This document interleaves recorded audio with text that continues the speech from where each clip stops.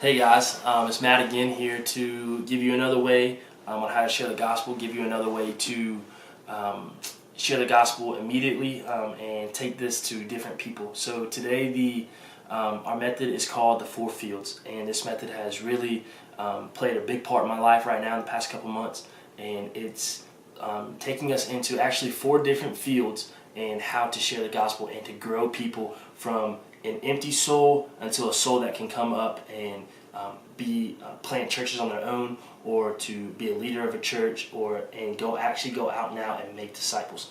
So the first field we're going to look at is called the empty field, and that's your entry plan.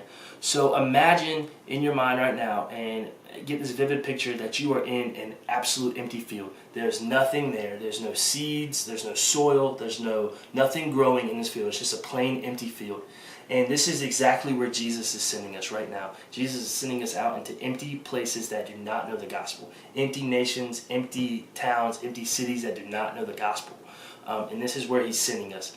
And in Luke 10, Jesus explains to us about what the fields look like and what we as laborers of the field look like. And in verse 2 he says, "And he said to them, the harvest is plentiful, but the laborers are few. Therefore pray earnestly to the Lord of the harvest to send out laborers into the harvest." 3. "Go your way, behold, I am sending you out as lambs in the midst of wolves." So Jesus is sending us out into this empty field. Jesus is literally sending us out into empty fields to go share the gospel, to come and make disciples.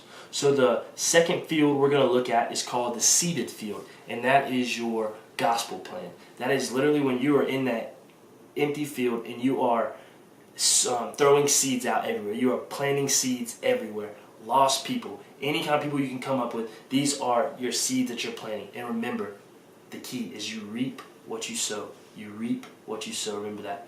And you're planting seeds. You're throwing seeds out everywhere. You're taking the gospel to all places. You're just planting seeds, and that's it. And in John 4, Jesus talks about the Samaritan woman. I know probably you all have heard that.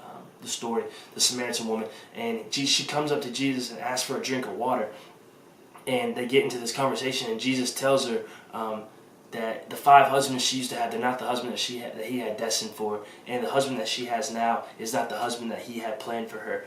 And she starts to believe Jesus. She starts to take these things in and say, okay, like maybe this guy is for real, maybe this Jesus guy is for real. And at the end, she said that she knows that Jesus is coming back and she will wait for that day to see him.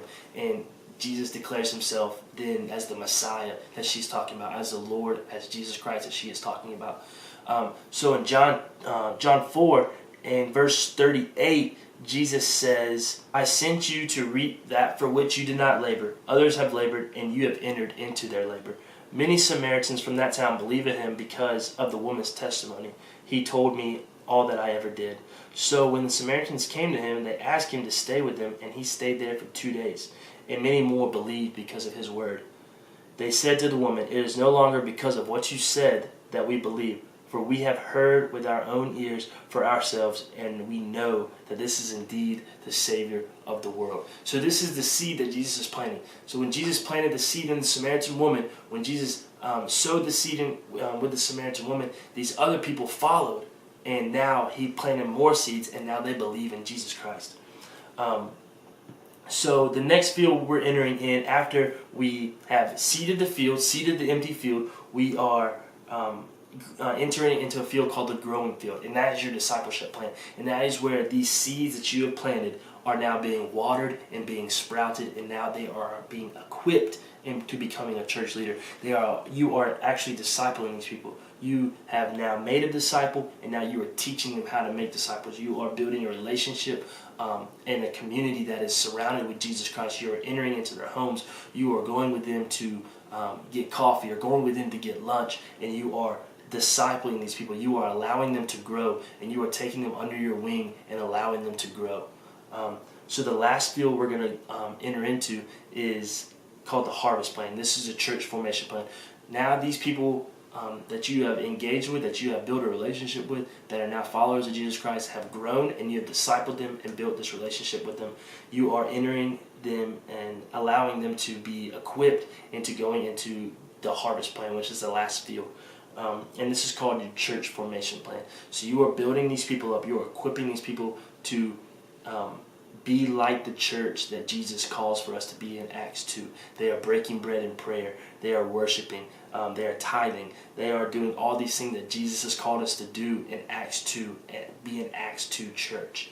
And that's exactly what he's called us to be. So a little recap. We're going to go, the first field is called the entry plan, the empty field, and you are looking into an empty field where there's no seeds. And this is exactly where Jesus is calling us into. And the second field we're entering is called the seeded field, and it's the gospel plan, where you are scattering seeds everywhere. You are scattering seeds around this whole field, sharing the gospel, being bold and courageous, and going to take the gospel to these places that don't have it.